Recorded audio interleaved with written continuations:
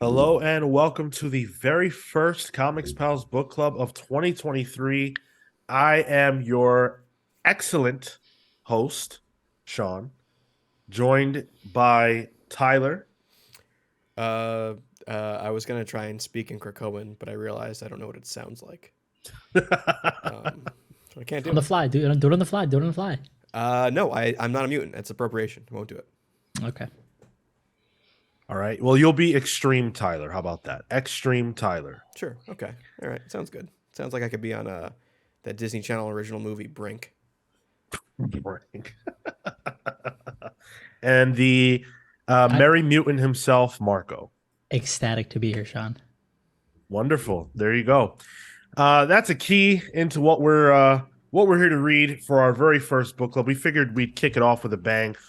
Well, you guys figured it because the Patreon voters chose this, but I think each of us chose some pretty hot books to kick off the year, and mine happened to win.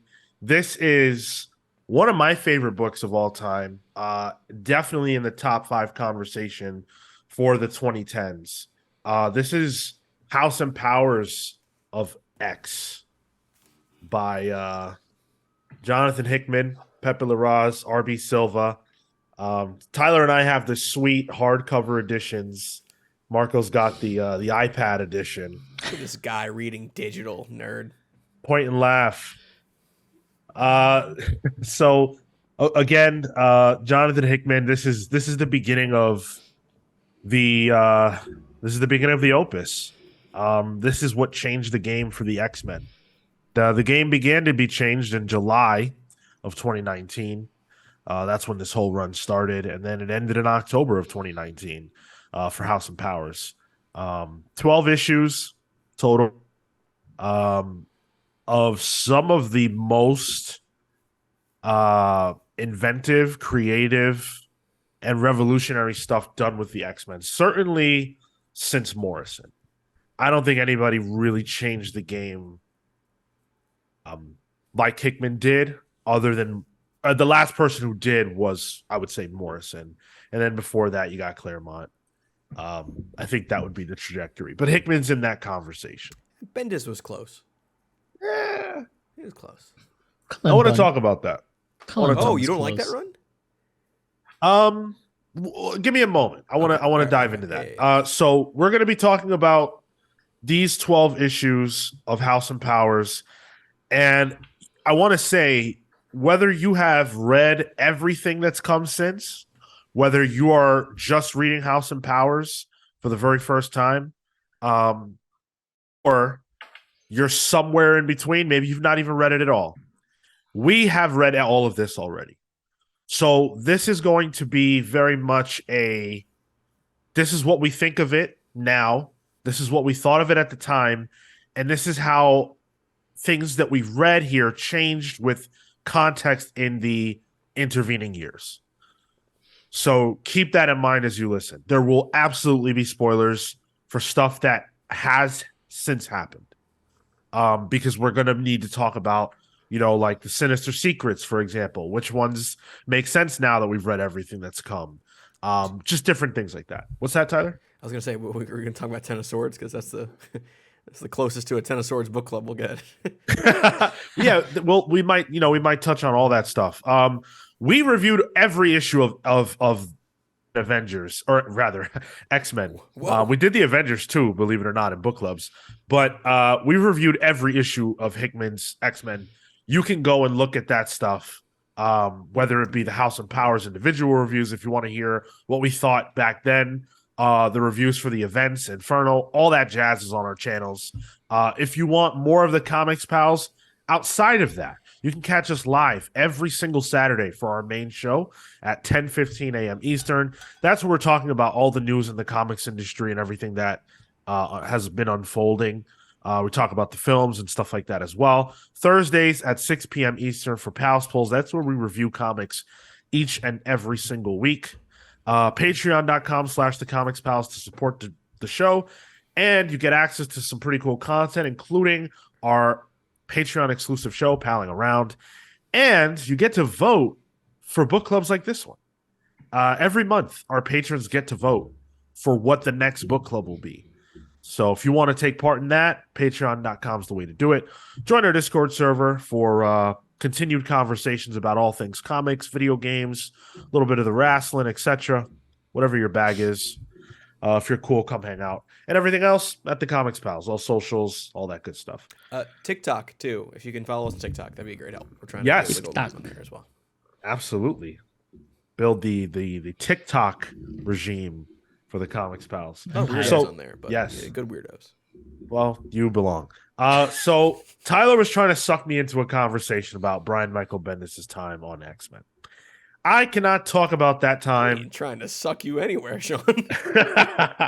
I cannot talk about that time without acknowledging that anything that creators were trying to do at that time for maybe about 10 years or so was stifled by the Fox, Disney/Marvel issues on the film end. Because Marvel did not have the rights to the X-Men on film and had now, started to build their empire of films in the MCU, what we now know as the MCU, because there was no path forward to a deal, because Marvel wasn't making any money off of the X-Men films, they decided to essentially stop promoting or making those characters the major characters in the comics. It's very obvious, it's very clear, and because of that, I think what Bendis did was say, hey, since I can't take the characters forward, I'm going to literally bring them backward.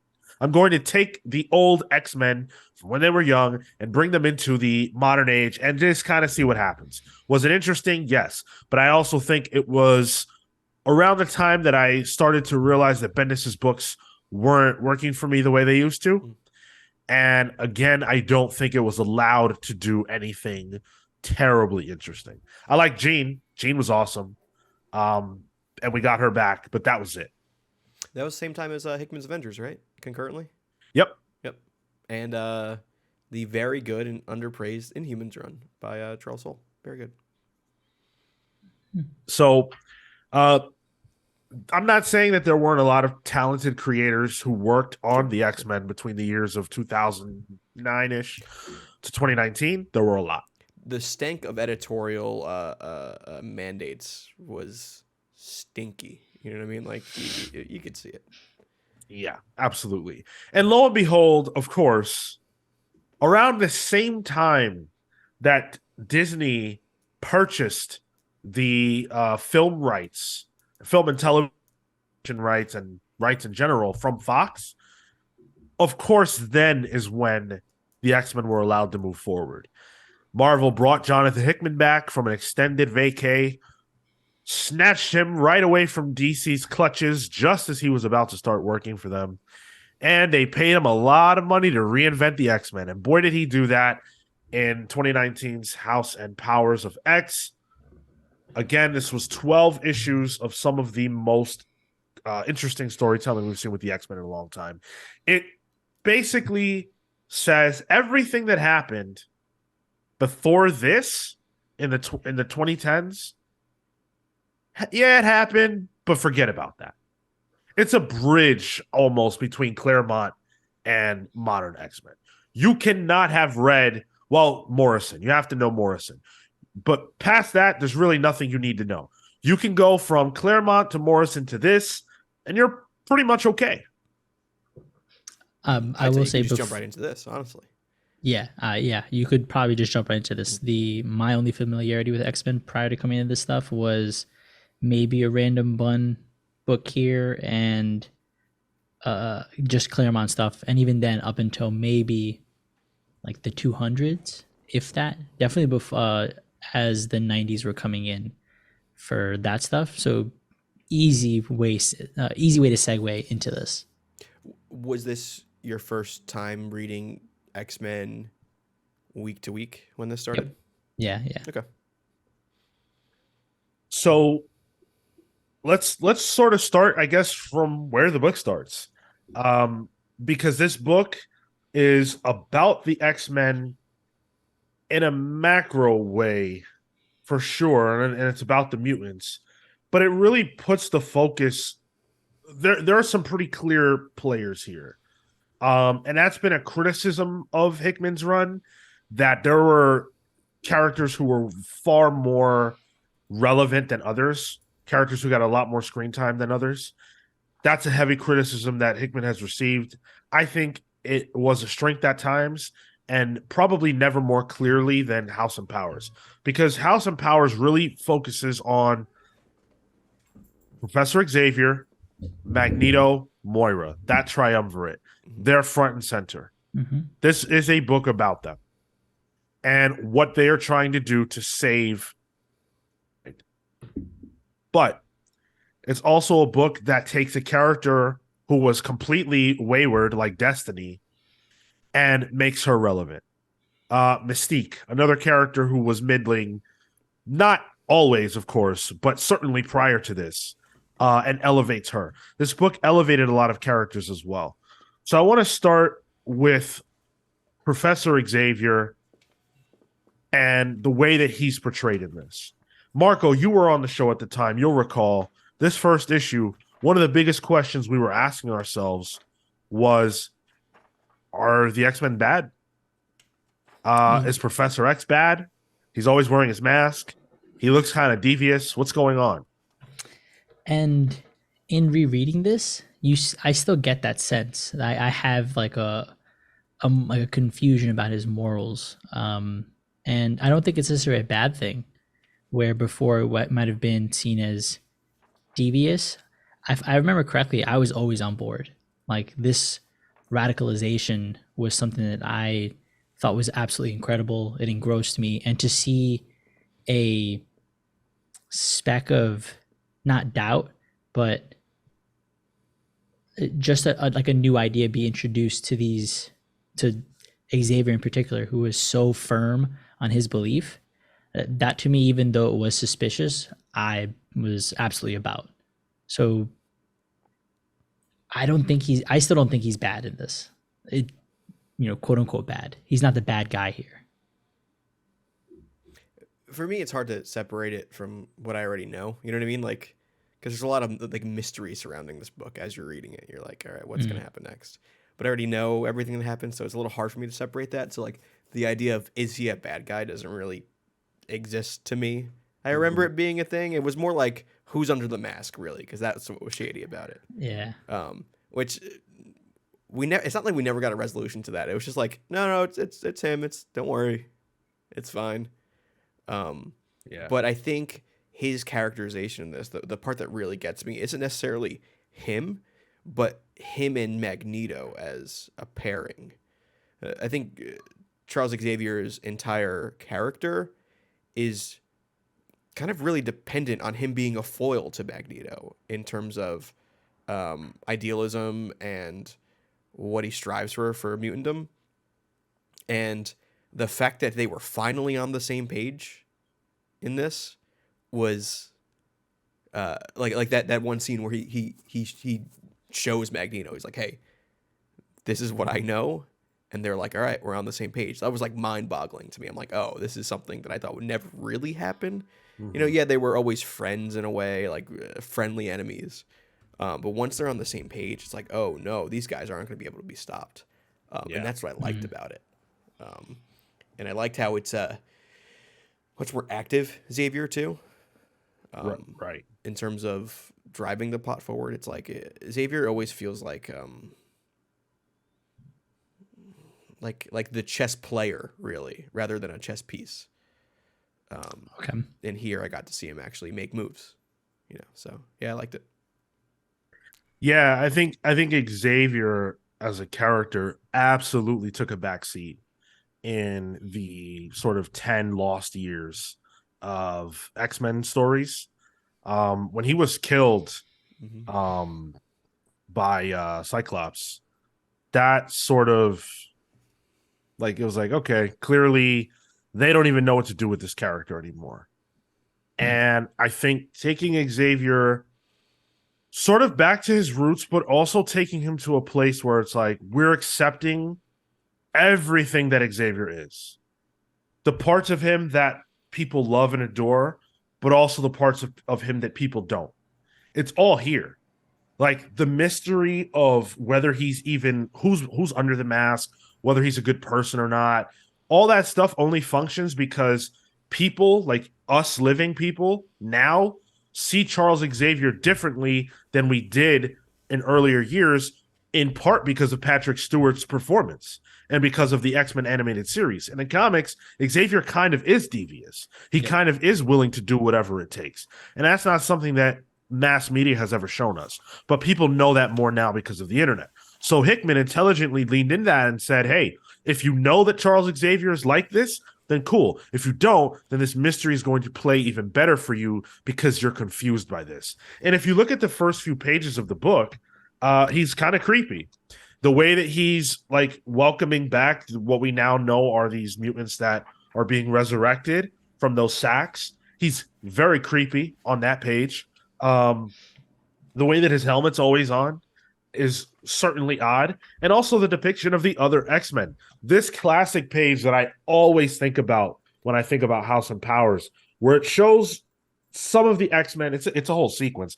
It shows the X-Men placing the flowers, but it never shows their full body. It never shows their faces. It's keeping the humanity away from us, the part of them that we connect with. It's not showing them. So the question of what's whose side are they on, quote unquote, is always present. And the other thing too is with Xavier's appearance, and like I think of him like reaching his hand out to, I think it was Cyclops when he was being hatched or whatever. Yeah. He's like floating a bit. He's lanky. He's got the big dome piece on that I was like, yo, was that the Maker when I first read it? Right. But it's very alien, and I think that's purposeful. I think there is a definitive move to shift these guys away from being seen as humans, like human heroes. It is a purposeful choice to really kind of make them their own thing, which is mutant, you know? And I think it's really evident in the way Xavier's drawn and the way he moves, you know? And it's also like, you don't see Xavier moving often. He's usually in a wheelchair. So seeing this depiction of him really, really helped add to the mystery. Like, this doesn't seem right. Who is this? Right. I think it worked in terms of alienating him, because that's what that's the whole MO of mutants, is alienating themselves from humanity. And it was a way for the art to kind of do that too. I took this instance, like the first 2 pages, reopening this, I'm like, oh, okay, I remember this now, and I remember immediately getting drawn into it the same way I did again, and it felt like elegance. Like there is a confidence and superiority in there, in that positioning, in that pose, and there's like it's almost delicate and like rearing a garden. So it all plays into this. Just they've leveled up to some degree, and we have to now figure out what that is and what that means for us, or for the populace of the Marvel universe at that point. It's funny you mentioned aliens tending a garden, and I'm like, oh, that's Hickman's Avengers. Right. But even their surroundings are highly alien. The colors that are present on Krakoa are, yes, they occur in humanity, but not in this way. You can't really discern any like buildings that look human or anything like that, so you can't place them in any particular area. It makes them seem foreign. And Tyler mentioned that, you know, the story of the mutants is about them alienating themselves. I think this story alienating themselves. I think this story is the story of the mutants turning the tables. Yeah. And that's what makes it so interesting. Because, I mean, think about all the stories of survival that we've seen for these characters over the years. They're always in survival mode. Who else has really flipped it and said, no, we're going to thrive. We're going to make them thrive. It's so fun. And it's also like the whole MO of mutants with under Charles Xavier, and I would say in extension Wolverine too, was coexistence with humanity. This isn't that. This is separate existence from humanity, really. Right. It's not saying I care about what you think. It's like, no, we're going to do this no matter what. Right. And it's like the third option. The first option was Charles, Magneto, and Moira's option is the real third one, and that's what we're seeing here. Birth. So the whole imagery with the plants, right? They're going around, they're planting seeds. They're no longer confined to whatever their existence was. Yeah, absolutely. And we're going to talk more about Xavier as we go on, but I really think he was done so much justice throughout this run. Never since I started reading comics has Xavier felt like he mattered much until now. So I was really happy with this in 2019 as I am now. But this first issue is remarkable for a few other reasons, and I think we got to talk about the way the art just really took over. Like Pepe Larraz, those of us who read Marvel comics quite a bit probably seen him before.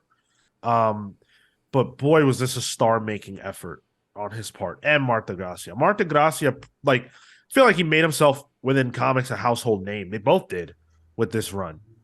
And I don't think that there was a better creative team artistically to bring this story to life at all. I just don't. I can't see it any other way. They became a baseline of just, okay, this is what the X-Men look like. The design, the feel, tone, everything was based off and continues to be based off of these designs. 100%, yeah. And specifically, Pepe Larraz really comes from a school that really feels like Imminent to me. Yes. And I don't want to say he's mimicking, because I think it is different, but has a lot of the echoes of Imminent, and Imminent's one of my favorite artists of all time. So when, I opened this book, I was like, oh shit, this is good. And I think having Marta Gracia as the glue that kind of keeps thematically everything the same way, because RB Silva and Larraz are different. Energy wise, they're kind of the same, they kind of feel the same, but having the colors be the same is what really, I think, made it so enjoyable, I think. I agree. It made those transitions between issues borderline seamless. Like, they're seamless in terms of quality. I think they Sure. both series look great, House and Powers, but Marta Gracia is certainly the glue, as you said. And I think it's necessary to be seamless, because story-wise, it's not seamless. There's a lot of questioning, and there's like, oh, where am I? Who are these people? So I think having that as your kind of cornerstone baseline be the coloring, which some you don't even think about. It's great. It's great reader manipulation, which I enjoy. Yeah, absolutely. And just like, I feel like they must have had a lot of time to work on this, because it just looks so phenomenal. Every page, every character design, like it's all what it needs to be. It all looks so fantastic. I think the only character design that I remember people really being down on was Jean Grey being Marvel Girl. Yeah. I still enjoy that. I've always been fine with it as a huge Jean fan, but I definitely get why people didn't like it. I mean, I she's the still only don't one understand. whose costumes changed really since too. So Right. Yeah. What's that, Marco? I still don't get it. Like I don't. It's a perfectly good costume. It's like an OG's thing. Like I love it. The Yeah, I flak. think people feel like Jean should have moved on from this, but what isn't addressed in the pages of House and Powers, but you have to think about, is the fact that Jean Grey's been dead for a very long time. So whatever you think of Jean Grey, that's all years of real life having passed by, whereas this character has been dead for a while. It's not weird to imagine why she'd want to go back to her roots, which for her are not that long ago. So, and also her roots away from the Phoenix. So right. I think that's Exactly. a specific choice too. Exactly. So, yeah, I want to talk about Magneto though, because this first issue in particular just shows you right out of the gate that, like, he's the star of this show. Magneto is the man. I feel like every time he's on the page, he's saying something epic. He looks very cool. The white costume, which I never liked. What? Really? I never liked it. Wait, which one do you like the most? The classic, the red. Purple and The red. red Purple, purple. red? Yeah, the red purple. That's His always black been one's my pretty Magneto. Sorry? His black one's pretty good. Yeah, I like sleeveless them black. all more now than I did when they came out for whatever Fair. reason. But Yeah, Magneto looks amazing in this. He has some great lines when he's speaking with those diplomats. How he's reveling in the fact that like he knows that mutant kind is superior and that they're finally living that out. It's just beautiful to watch. Quite a number of these characters. We'll get into it later for Apocalypse, but yeah, like those moments are just it's like a victory lap, and Yeah, they're and they're trying to be humble about it. he's not. Well, he's not. Well, this Nothing is like the humble beginning about of Magneto's Magneto. retirement, essentially. This is always what he wanted. Yeah. And he Right. finally got it. Yeah. Exactly. I always feel in this, though, there is a bit of reticence from him. That's like, oh, this is always what I wanted, but I didn't do it. I don't read that. Yeah, I don't read that. It might not be in this book, but I think further on. I mean, I'm bringing in stuff that I already know. I think that's kind of touched upon in other X-Men stuff. I would have to see that. I feel like I always felt like they were presented as a pretty united front for the most part, but you very well may be correct. But yeah, I really think that Magneto's like first of all, when I read Magneto dialogue, especially here, I read it in the voice of the X-Men the animated series Magneto, which that actor brought such gravitas to the character and to that role. I just love hearing that in my mind when I read Magneto's dialogue. But Hickman nailed him. And I feel like Hickman found the root of every character in this series. Yep. And was able to, hit that mark every time. Like a little later on, when they send the X-Men on that Orcus mission, and Cyclops is being told what the mission is, that to me was like, yes, this is exactly pitch perfect who Cyclops is. He is a soldier. Yeah, that line. Is it? Does it need doing? Yes, it will be done, bro. I was like, yeah, I popped off again, dude. Yeah, this is why Cyclops is the best X-Men of all time. Exactly, and he did do it. Like they did do it. Mhm. I love that he died, but he was right. Like they did it. He is a and I say this lovingly, like a tool. Like you point him somewhere, and his focus and attention just goes onto that. And I think that is a perfect. It's perfect for the what Magneto and Xavier are trying to do. They're trying to change things by force as much as they can, and they're going to use this guy to do so.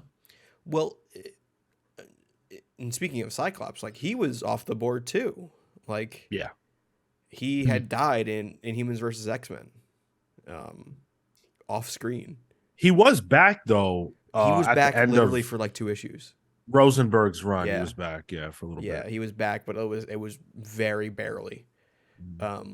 So like him kind of stepping back in this, kind of going back to that soldier instead of being this revolutionary leader, was refreshing. Honestly, it was like, yeah, this is like, it's not the controversial like, oh, is he a bad guy? Oh, he's just becoming the new Magneto. Like it was like, no, this is Scott Summers being a leader.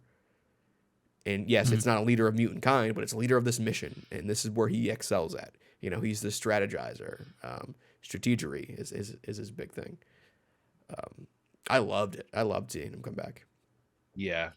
And again, for a long time fan of the X-Men, regardless of where you come from, these characters feel how you know them. And that's a lot of fun. I think the only one who's not that is Professor Xavier. But again, that depends on your knowledge of the character coming into this. But everybody else feels how you know them. And that made it easy to jump into this from any level of X-Men knowledge. I think all of the characters too in this reread carry hope. Like they carry just this positivity, or they're looking forward to something. And I think a lot of that helps to drive, I think, the emotion when you see them cheer for the fact that they're mutants, when you see them go through the mission and they're happy that they complete it, when you see something as simple as like them making laws, like there's an optimism to ultimately get somewhere grander. And I think that is just exists throughout the book. And that was it was a lot of fun to latch onto because you kind of become hopeful alongside them. Yeah, absolutely. And I think the art sells that a lot as well Hmm. because of the colors and the way they pop. It makes everything look so bright and cheery around them. There is this air of hope. And, you know, the book goes through such pains to show us that the mutants really do lose every time, like when we Hmm. get into the Moira stuff. And we know that as fans. We know that, they take heavy, heavy losses. And for a lineage and a history like that to result in people who could be so hopeful, that's a beautiful thing. And it does come down to what Magneto, Moira, and Charles have worked out. And it's obviously like sad to see how some of that stuff has played out since then. But going back to this initial story and seeing how hopeful they were at the time, it's pretty cool. I want to do a little bit more table setting. The mutants have settled on Krakoa. They now inhabit Krakoa, which we learn is a mutant island, and it is down for the cause of harboring all mutants and creating a sovereign nation where mutants will live freely and by their own laws, and they will govern themselves. They put out medicine that was born of Krakoa, plants, flowers that give humans benefits like 5 years additional lifespan, curing all manner of brain diseases like Alzheimer's and things of that nature, cancer. They offer humans all that stuff just in exchange for sovereignty, to be recognized as a nation unto themselves. And they create their own system of government, all that good stuff. And that's kind of what we see being built out within House. Because again, this is two different series. So House really deals with that stuff. House really deals with that stuff, but also the mission of stopping Orcus, that part of it. And then Powers deals with some of the origins of how we got here, where it's going, where it ends up, that kind of thing. If you're not sold in the first two issues as to how revolutionary this is, you can't deny it when you get to issue 3. Because issue 3 is when we get into Moira,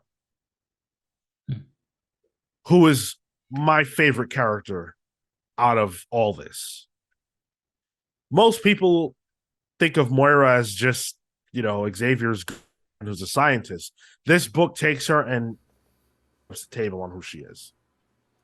In rereading this, how did you guys feel about getting introduced to her? Well, no, she comes in at the issue 2, no?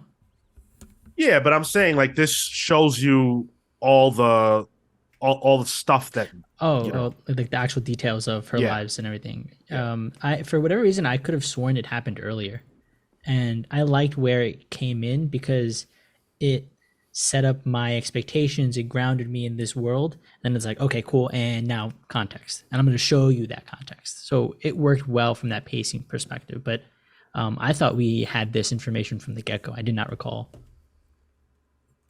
Yeah, Hickman did a good job of kind of like, and he's so good at this. If you go back to like Secret Warriors, even, which Great book.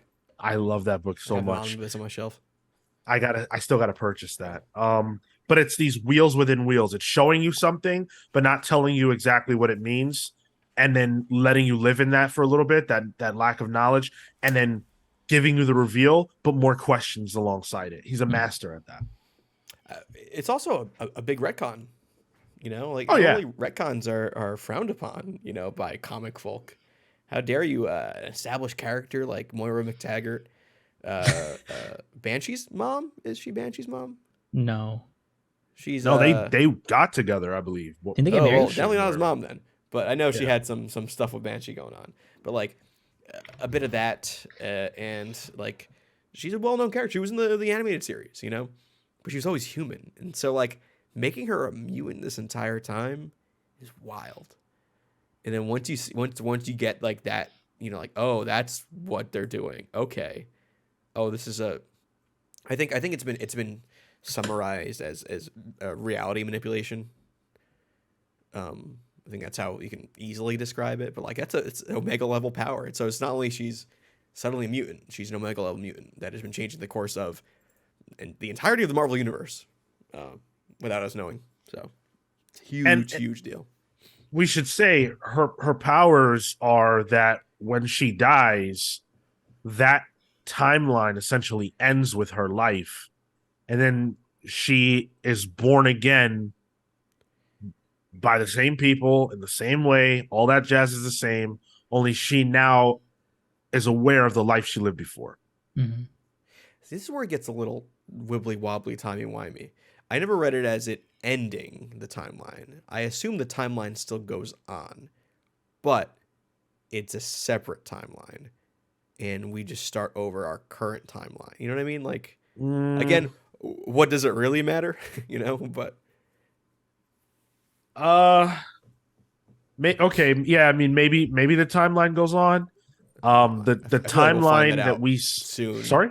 Oh, I feel like we'll find that out soon because that's currently in where we are in Marvel Comics. I know this is supposed to be evergreen content, but it feels like we're getting some more of that soon. I think to your point though, Tyler, they say Moira's life ends. They don't necessarily say anything beyond it. They just say her life ends, and then that is the reset. Well, she continues on with the knowledge of the life that she lived before in any event.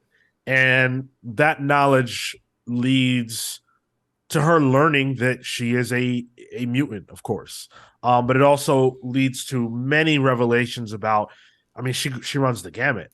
She goes from wanting to help mutants to hating mutants, or wanting help to hating, to joining Xavier, to joining Magneto, to joining Apocalypse. And we see all these things unfold in the third issue. A lot of people have lambasted Hickman for taking from other stories that involve, death and resurrection. Was it like a Walter Mitty thing? There's a book called the 13 Lives of Harry August, which is very good. And Hickman has come out and said, I was inspired by many things. I mean, it's as simple as, what would you do if you can go back in time with all the knowledge you had? That's just a prompt that's always been around. Exactly. Yeah.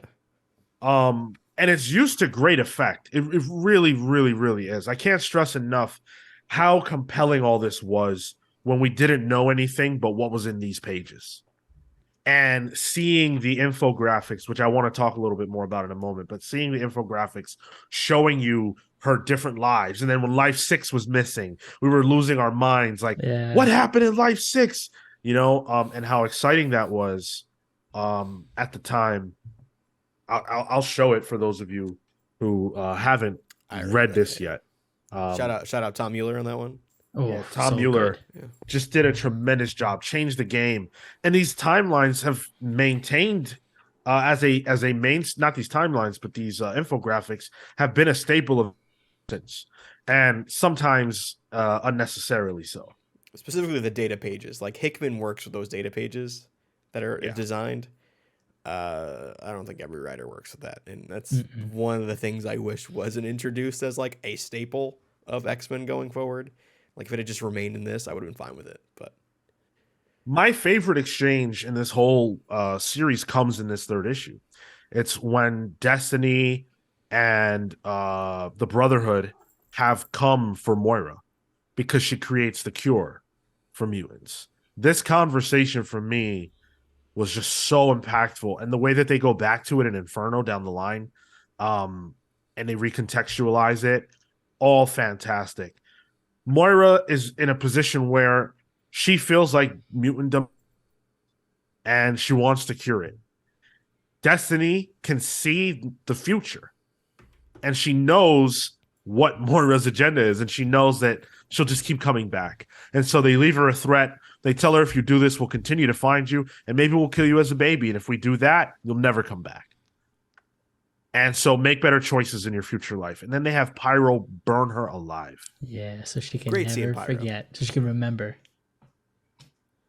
And why does Pyro refer to Destiny as his mother? Is that really his mother? Well, first of all, mutants, it's confusing. I don't think so. I loved it either way. I'm a big Pyro guy. Ever since the arcade game, Pyro being like the first boss, love that shit. Or second, no, first, I think. Where's Blob first? Blob's first. It's Blob's first, yeah. In any event, we then see all the lives that Moira has lived and all the failure. And I wanted to ask you guys, in retrospect, now knowing where things go and then seeing this, does it make sense why Moira ended up becoming a full-fledged villain? Honestly, no. I'm Yes and surprised no. you said that.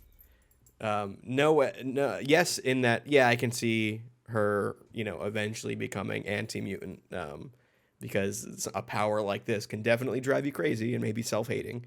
And she's always been the one who's developed the cure for mutants. Like, that's always been a Moira thing.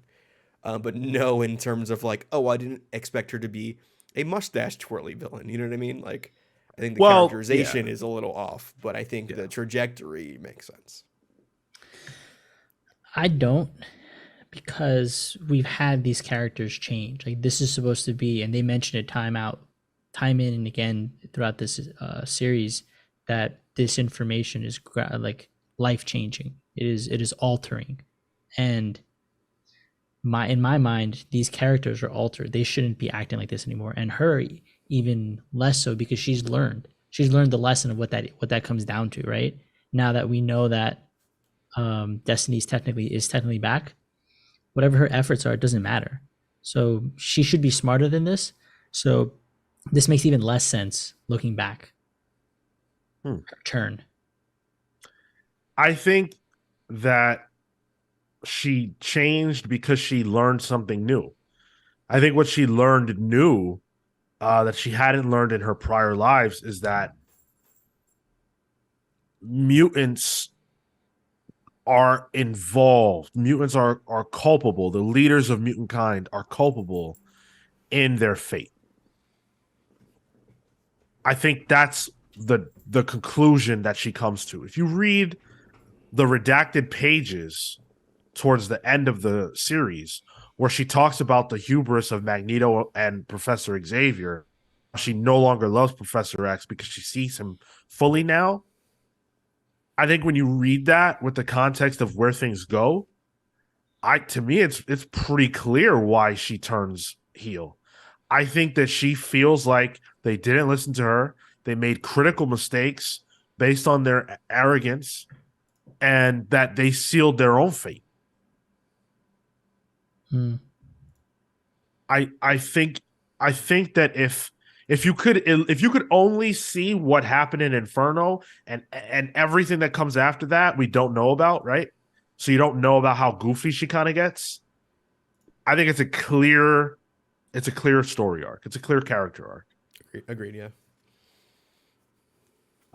Moira for me was my favorite. I was always curious where she was going, and I think she was done a lot of justice in this series. But she's not in it that much.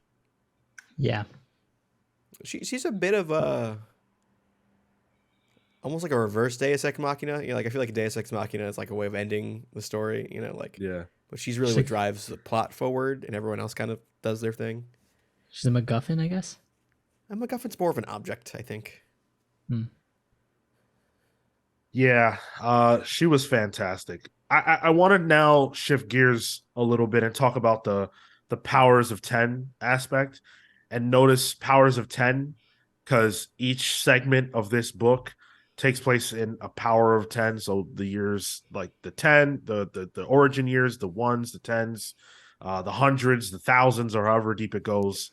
And it shows us what's going on in each of those time periods, which I say time period and not timeline because those are very relevant in this case, because each of these are presenting us with a different timeline and a period of time in said timeline, if you will.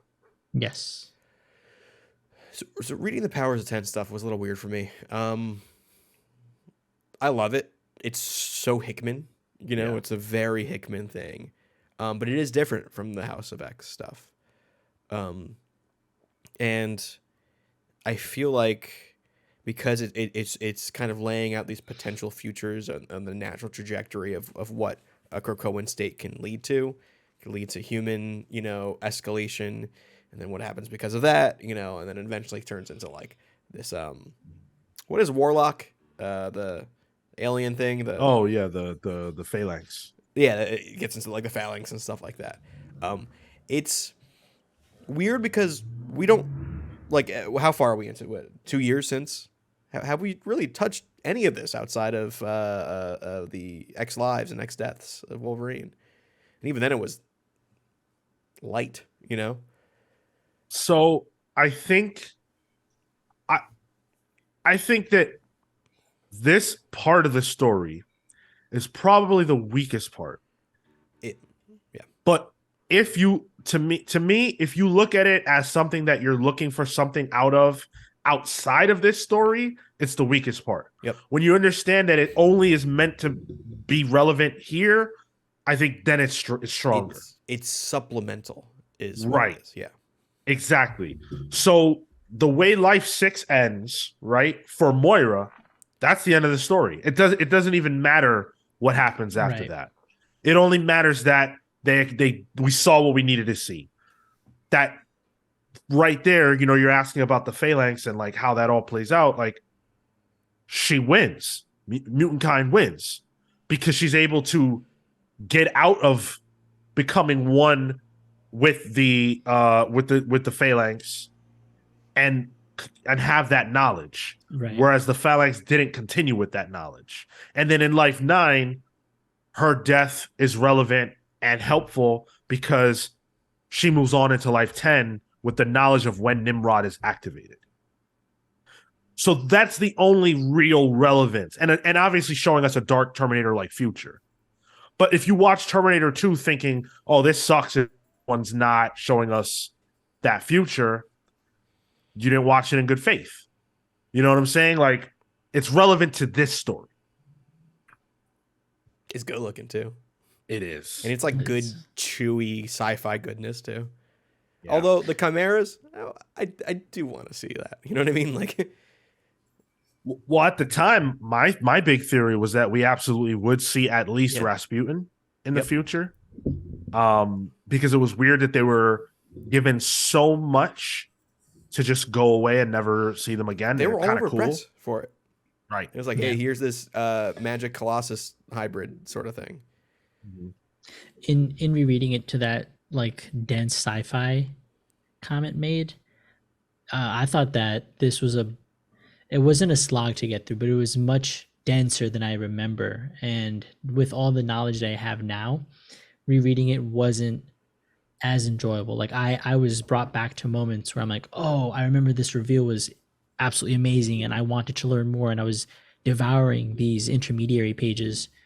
But now I'm like, okay, I remember I remember some of this, and then as they pop up, they'd be reminders more so, and it became a bit more of a chore to get through. Still enjoyable, but definitely not as enjoyable as that first reread. I wasn't as hungry for it, and that's not a knock on the book, but I think if anything, for me, I took it as, wow, I can see how somebody can get absolutely engrossed in this story and in this world, and this is probably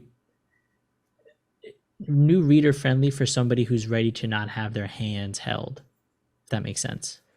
I think it's new X-Men reader friendly. I don't think it's new comic book reader friendly. Does that make sense? Right. Yeah. Yes.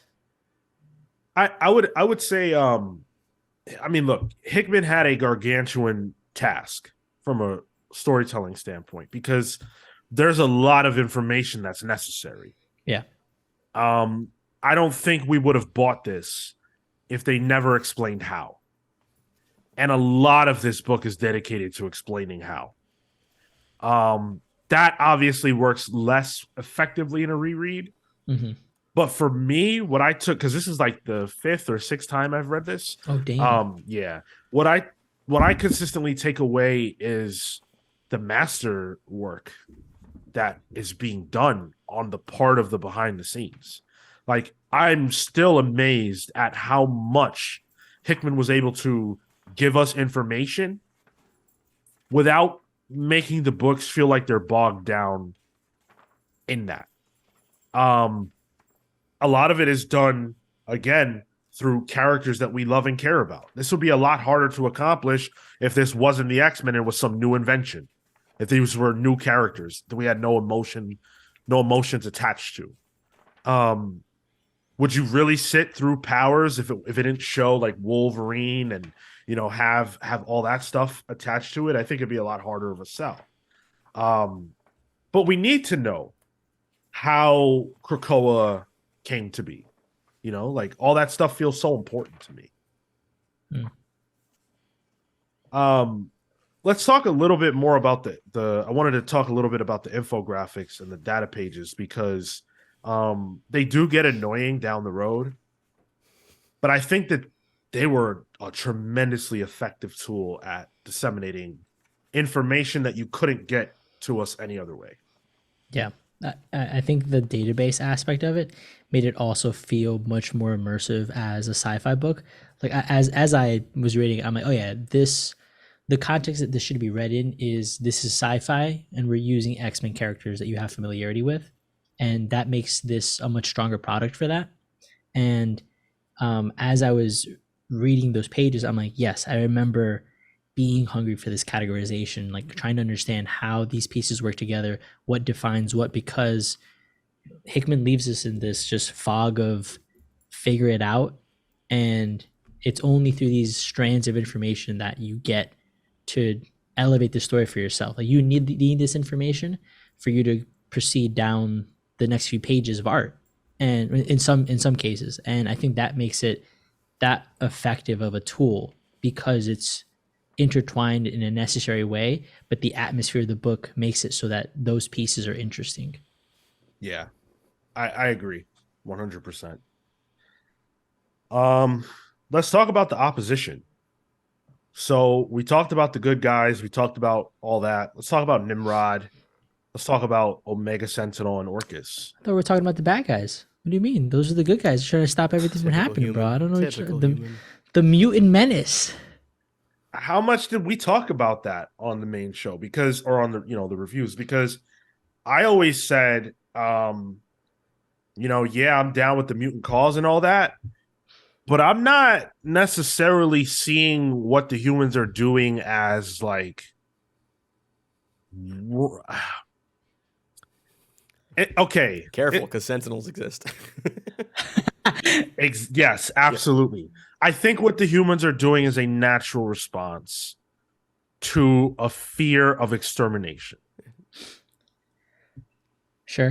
I think that humanity has seen that there is the possibility that they will cease to be the dominant species, and they're reacting the way that any species would. And I think it's made even more ironic in the end of the 6th timeline when the post-human looks back and goes, oh shit, I need this human, because I'm realizing that even though we've won this, we're still ending at another existence, or another type of existence is superseding our own. We still lost the end game. And now I'm going to rely on the mutants to go back and fix my mistake through their mistakes. Like the gamble and the risk added so much to the drama and to that reveal at the last few pages. I hadn't realized how discombobulated I felt when I was reading this stuff month to month as the books were coming out, or was it week to week? It was week to week. Yeah. It also had the COVID delays, right?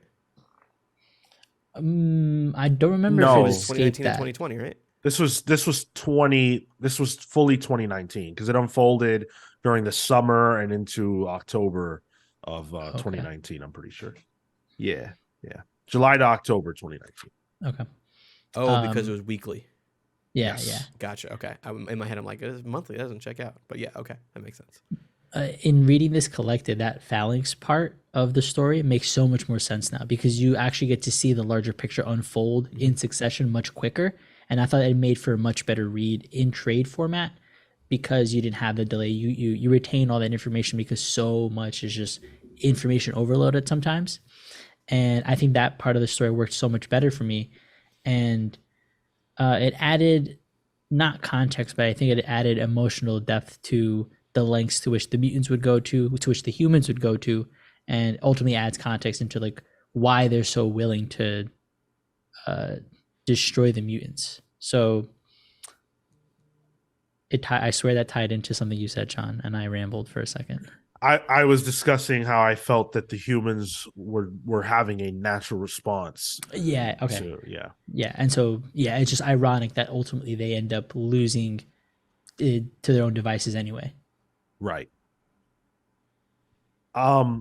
Yeah, I mean, and I love the characterization of the human characters here. They're not presented as evil. They're not mustache twirly villains, as it were.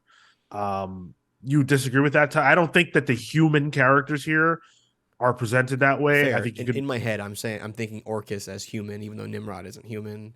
right. But he's a creation of human. Yeah. So, man, this book made me think so much when it was coming out. And I still have so many thoughts about all that stuff because in my mind, and I think the book backs this up that humans and mutants are both actually on the losing side. Yeah. Yeah. Because machines don't care about all that. And the conversation that Mother Mold has with what was it, Wolverine or Cyclops? Wolverine. Yeah. Just solidifies that so clearly. Yeah. That feel like they're the inheritors of Earth, right? They are enshrined by God to be the inheritors of the Earth, and that's it, right? Machines, though, are the son of man. And if they're the son of man, just like man's the son of God, then wouldn't machines be the inheritors of the Earth? But mutants are an extension of man as well. They're an evolution of man. So they're all sort of fighting for the same thing, but they don't necessarily see that they're all on the same side. It doesn't have to be this way, but that's how nature works. Like, what is harmony in nature? Nature is extremely violent and temperamental. And also, typical of humans to create their own destructor, with so. What else does one do? Well, one of my favorite lines of dialogue was when I think it was Omega Sentinel says, machines know where mutants come from. They come from humans. You know what I'm saying? Like, they literally come from the insides of humans. Oh. And I love that. If you tell a machine eliminate all mutants, how do you do that? You kill the humans. Exactly. Interesting. Damn. Yo, what the fuck? Humans are dumb. Right. And it'll always go there. That's the ultimate end. Always, a machine is always going to come to that conclusion. But yeah, I don't know. I loved all that stuff. All that machine, mutant, human interplay is all great. Dude, I rereading it, that issue, or those two issues, just like them going back and trying to destroy Mother Mold, absolutely the peak of this entire arc. And the last thing that the Mother Mold says, "Do you hear us, Olympus? We have stolen your fire, and with it we will burn you all."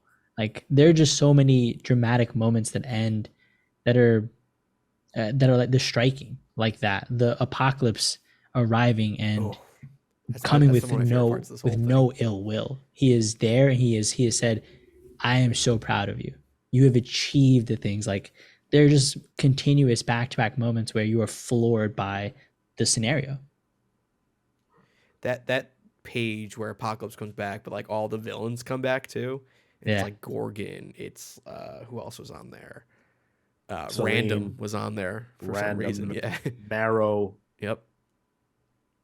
Lots of cool characters. I was stunned by that. Yeah. Like, how could Apocalypse be welcome to the party? But it makes sense. It does. 100%. Because Apocalypse was always like almost the third person, in the Charles Magneto triumvirate. Yeah. But he'd taken a back seat in the recent memory. So him kind of just accepting that, like, oh, this is what I wanted always, And but even really became their savior, going forward as well. But even strategically, you would want that person close, right? So you extend that olive branch and you go, "Yo, chill with us. We're the cool guys." And it also led to that X-Men issue where he's wearing a suit. Like, one of my favorite issues of all time. Unreal. That you have to do a reread of that Hickman so of good. X-Men stuff. That's an omnibus. You can actually buy that as a hardcover. Yes, I am in the process of getting that as a Christmas gift. A belated one. Let's jump back real quick to that Orcus versus X-Men issue, because I think that issue does such a great job of building on what's come before to make an encounter feel so important. Like, the book does such a tremendous job of explaining to you why this mission is arguably the most important mission that the X-Men have ever gone on. Because if they can't stop this, if Nimrod is how they always lose, right? If Nimrod is the end game, and then if they can't stop the Mother Mold, then that's endgame. But they technically fail, right? Because it goes online. They win and lose. I think Mother Mold being active and there for an extended period of time is catastrophic, because Orcus would control it, and it would endlessly produce master molds, and then we would see Nimrod. But I think it coming online early, which they talk about as well, like, oh, if she comes online early, she could be nuts. I think that's exactly what happened. Orcus was forced to turn Mother Mold online early, which leads to her being online before she is fully baked. Sure. So when she speaks to Wolverine, her mentality is machines overall. Oh, sorry. Yeah, okay. Yeah. And so in that sense, they lose. Okay, gotcha. They have removed an ally but gained an enemy. Yes. Okay. Yeah. The only people who for sure lost are Orcus. Right. But when Xavier cries after they all die, and watching them all die, again, 5th or 6th reread for me, it hits me every single time. Yeah. Dude, it's so cinematic too. Like, the way it's paced. It's so good. Yeah, it really is. It's beautifully done. It feels epic. This feels like the most important mission. Watching, the character moments, Wolverine and Nightcrawler together one last time, like, if this were the last X-Men story, it'd be a great one. But it would end in the death of several characters we care about. And I remember at the time going, because we didn't know Resurrection yet. That's right. So I remember at the time being like, wait, what did we just see? Yep. Like, what the hell is going to happen? And then you get to pages like this, where it's showing you the massive amounts of death, from 17 million people to 198.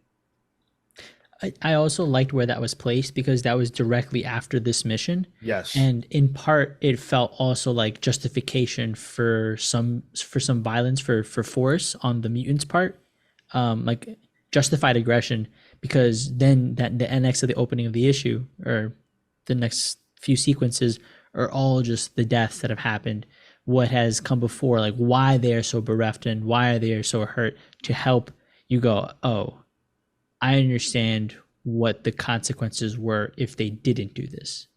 Exactly. And then we find out that they can resurrect. And you're just like, what the fuck? So cool. It's also just like a total reinvention of comics in a way. I mean, the whole thing about superhero comics is like, nobody really ever dies. Right. But it's so case by case. It's just retcons will do it, clones, This is like, no, this is in the text. There is a mechanism for this. And we're going to describe that. And yet somehow the stakes are still there. It's impressive. It's totally impressive. Yeah.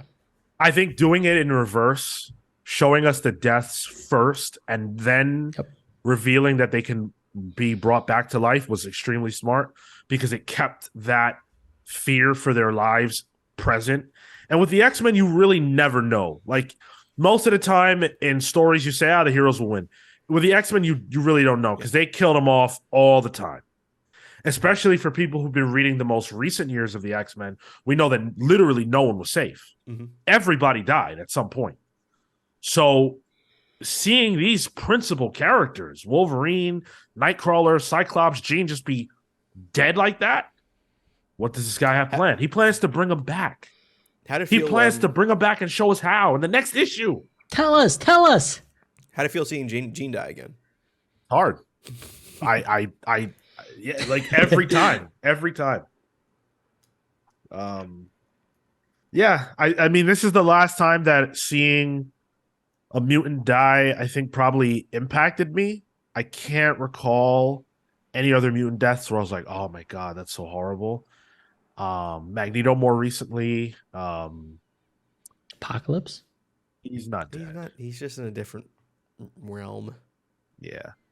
But yeah, this was a great issue, and the way Hickman followed up with that scene of Storm basically ritualizing their resurrections with the people, that was all incredible stuff. Society, I think it was that issue. Yeah. Or whatever. I like how the book breaks down some of the chapters as well, like each of the individual issues, and gives them like some sort of theme. I don't remember if that's the name of the issues themselves, but if so, in some of those situations, I think it's super powerful. The society issue in particular, where you're mentioning the resurrection and them ritualizing it, that whole issue just being a breakdown of what they do, how they operate from a like sociological perspective. Fascinating stuff, dude. The whole creation of the Quiet Council and the rules too is a big deal. Yeah.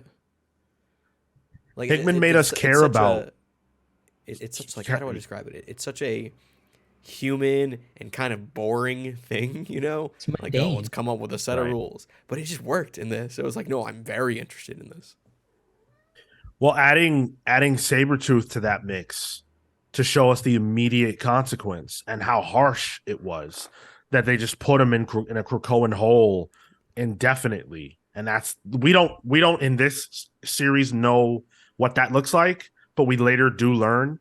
But just imagining you being in a stasis hole, I mean, that's pretty terrible. And they do it callously. And yeah, Sabretooth is a scumbag, and we all know that, but it's pretty harsh justice, if you will. And they did it with one of the probably, I would say, top 3 X-Men villains. Sure. I'd put Sabretooth up there with like Apocalypse I don't know about and top Magneto. 3. I think those are the big 3. Sabretooth? Obvious. But in terms of recognizability, yeah, I think so. Yeah, that's very fair. Yeah, I think that was also great because it reminds you of how far these characters are willing to go. And I think everything in this book reminds you of that. It also gives you like, oh, you know, people can't die, but they can be written off the board. Sure. Right. It's a thematic death that is still on the table. So maybe that's how they keep the stakes too. Well, yeah. I mean, they had Destiny off the table as well, right? So like, you know that there are options to just not resurrect. Yeah, exactly. That's also a good point. And that's not something that this particular book plays with too much, except in the Destiny example. But obviously later that would become more of a relevant idea of who won't we bring back. And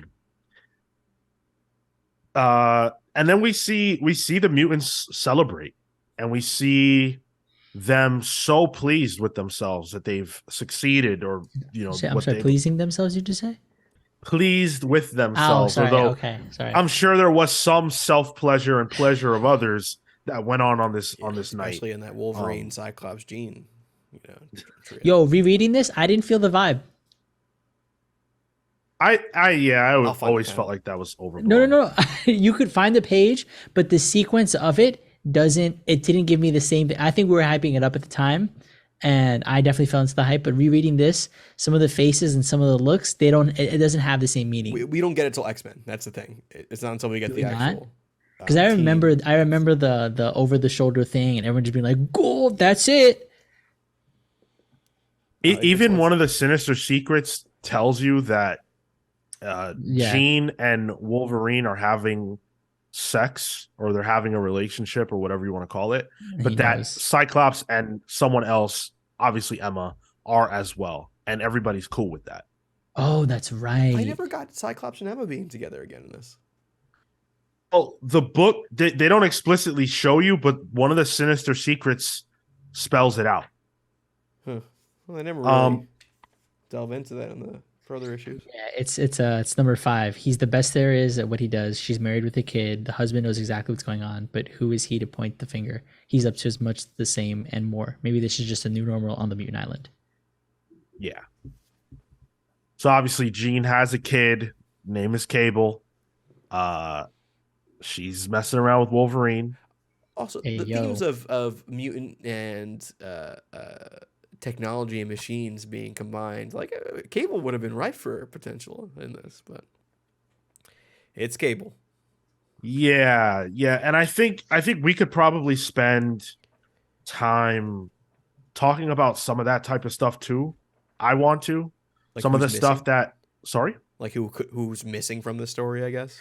who's missing and some of the stuff that was promised here or that we expected or anticipated that wasn't followed up on or stuff like that.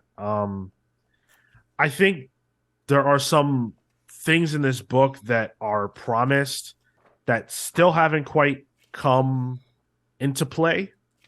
A really obvious one we already talked about was the stuff with the future, the chimera and all that stuff, yeah. which no longer feels possible. Um, at least not to come from the current timeline. Because of the way that Sinister is being used, I don't see how he could ever be trusted to do the things that they talk about here. Yeah, that was going to be a big thing that I wanted to bring up. I don't feel like the trajectory for Sinister in particular is anything to it which they would have like promised. Like I think there was mention of something being 10 or 15 years down the road in the timeline within this current timeline before Sinister defects, and that's happening like right now, right? We're in question of his alliance and his allegiances. Right. But we haven't seen the chimeras really come into play. Like they're sort of around, I guess. Well, Well, he's yeah, go ahead. Well, because I think the most that we have is we know he's continuing to play with the X genome, Right. and which is why he has the Moira clones. And I think, but I don't think they're continuing down that because then we probably, unless he has another secret, we probably would see that he's been working on chimeras in the background, and we haven't quite yet. Right. And I think one of the things that this series, not Hoxpox, but what comes later, one of the things that I think it suffers from is a lack of a more like mapped out linear trajectory. Mm. Because a lot of that stuff, what was sort of promised here, doesn't play out terribly interestingly. And I'm sure that some people will say, well, uh, that all like what Marco referenced, does that happen in timeline 10 or which timeline is that in? And Mm. I think it's timeline 9 or 6, one of the ones that we see but doesn't necessarily happen in 10. Um, but with that being said, I still think Sinister is less interesting than he is here, less interesting than what was set up here, and less interesting than the other timelines. One thing rereading this that jumped out to me was how X Lives and X Deaths of Wolverine really tried to be this. And it wasn't. Not that to say it wasn't good. I enjoyed it, but like, this is such a Hickman style to do that. Separate stories that never really connect. Right. But thematically they do.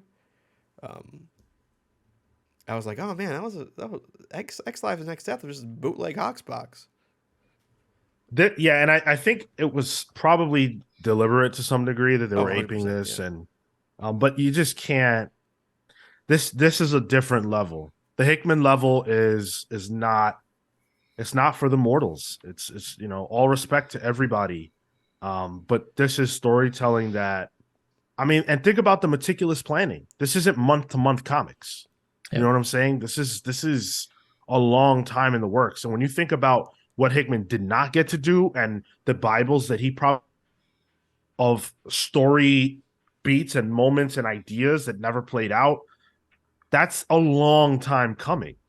You know, you can't expect, I'm not saying this to you, but just in general, like we can't expect for Duggan and Gillen and whoever to be able to just come in and pick up that baton. That was never going to happen. So for me, I'll always feel robbed of getting what Hickman planned. I think Sinister as a character is probably the biggest loser. Sinister and Moira from not getting Hickman's full plan. Thanks, Substack.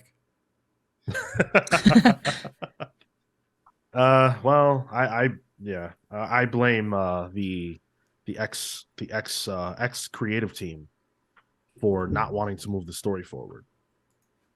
But to play in the sandbox.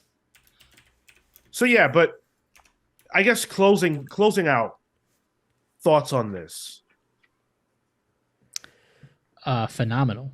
This was an incredible way for somebody who hadn't been aware of the X-Men since the Claremont stuff, and not that I was reading that, as it was coming out, but in rereading those things, that was my only familiarity. And books here or there that maybe we did for the show to review, some random things that I have over the past few years, but this was the first time that I'd ever read month to month, and I was engrossed in the story. I was hungry for more after every issue, and I think that's a marker of a really good comic. And everything about this worked. The story, the characters, the art. It's a complete package, one that I think will also test readers. We alluded to it earlier. This is not new reader friendly to comics, but if you're an X-Men fan, this is the thing that I would say you want to pick up to challenge your own conceptions of what the X-Men are, and see if you're open to this new status quo. Because this made me sad for some of the stuff that we didn't get to see, or stuff that just fell flat. The Legion of X. No, Legion of X, yeah. All the religious stuff with Way of X. That's it. With Nightcrawler, man, I wanted something of substance there, and I thought Cy Spurrier was the guy to do it. And no shade to him, he's a good writer. I like some of his stuff, but we didn't get what was promised there, and that was one of the big interesting parts. We didn't get some of the continuing of the world politics that we were getting in the X-Men book. Some of that stuff devolved back to meat and potatoes. We're here to save the day as a team. And I'm thankful for the potential that we got, because that created this story. For me, it was like a real return to form for my favorite comic book team of all time. It was this real culmination of writing, art, coloring, design, pacing. Like it was kind of this perfect storm of just things I love about comic books. And rereading this, I'm happy that it kind of stands by itself too. I can gift this to somebody and they could decide to read further or not. And it's still a really damn good story that, showcases a lot of my favorite characters. So it's wild. And probably one of my favorite books of all time, if I'm being completely honest. And rereading it kind of cements it, even with the context of everything that came afterwards. I love this. Yeah, this is a high recommend to anyone, really. Yep. Yeah, I probably am not sitting here right now as a fan if it's not for the X-Men animated series. That show, these characters definitely left an indelible mark on my life. And it sucks that coming into comics, there really wasn't too much going on with the X-Men that was great. I loved Messiah Complex. I thought all that stuff was cool and interesting. This changed the game, and this re-cemented my love for these characters.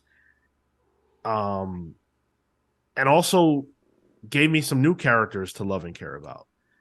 I always felt like Hickman was one of the greatest, well before this. But this, what he did, the trick that he pulled off, and us being introduced to Oz and Martha Gracia on this level, man, just a masterful book. I'd recommend this to anybody. If you're a lapsed fan of comics, this is great for you. If you're a longtime X-Men fan, if you're looking for a place to start, there's really no good reason not to buy this. If you're new to comics, there's still no better place to start with the X-Men, because where are you going to start? Sometime before this, something irrelevant, like nothing Cullen Bunn's X-Men Gold. Oh my God. Nothing else is really relevant. Like, this is it. Revolutionary and spectacular. I'd recommend this to anybody. Hats off to everybody creatively involved in this for doing something remarkable. And hats off to you all for voting for us to read this and for listening. We appreciate it. If you guys are interested, we would be down to do some more of the Hickman stuff, the Hickman X stuff. Yep. We could take a look. No? I'd be down for more Hickman stuff. I want, we talk about Secret Warriors. I'm saying that's a hefty read, but hey, if you want us to read that, I'm fine with it. Manhattan Projects, I'm just saying. Ooh. I would do a book club on literally anything Hickman for sure. But I was speaking more about the X line. Fair. Whether it be Hickman's core X-Men book, whether it be whether it be Inferno, maybe you could even say a Ten of Swords. Let's go. I was gonna say you're missing something there. Yeah, everyone's favorite.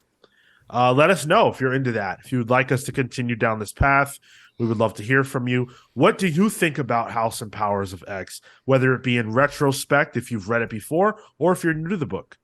We'd love to hear your thoughts. Get us all over social media, including TikTok, at The Comics Pals.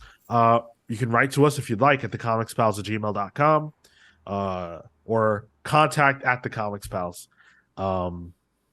You can join our Discord server to come and hang out with us and talk, or watch us live and chat there. Saturdays at 10:15 a.m. Eastern and Thursdays at 6 p.m. Eastern, we are doing shows. Thursdays, we're reviewing comics, and Saturday, we're talking about the world of comics and comic. So come hang out with all of us for that. Go ahead, Tyler. And if you like this, we pretty much talk about an X-Men book when any big one comes out. So I'm just saying, those pals polls, is bite-sized versions of this. And then who knows, down the road, maybe we, do a book club about what we read, like this. Like, we reviewed every issue of this, and then here we are talking about it down the road. So thank you guys so much for listening. Hopefully you enjoyed this, our first book club of the year. And until the next one, take care, guys. See you next book club.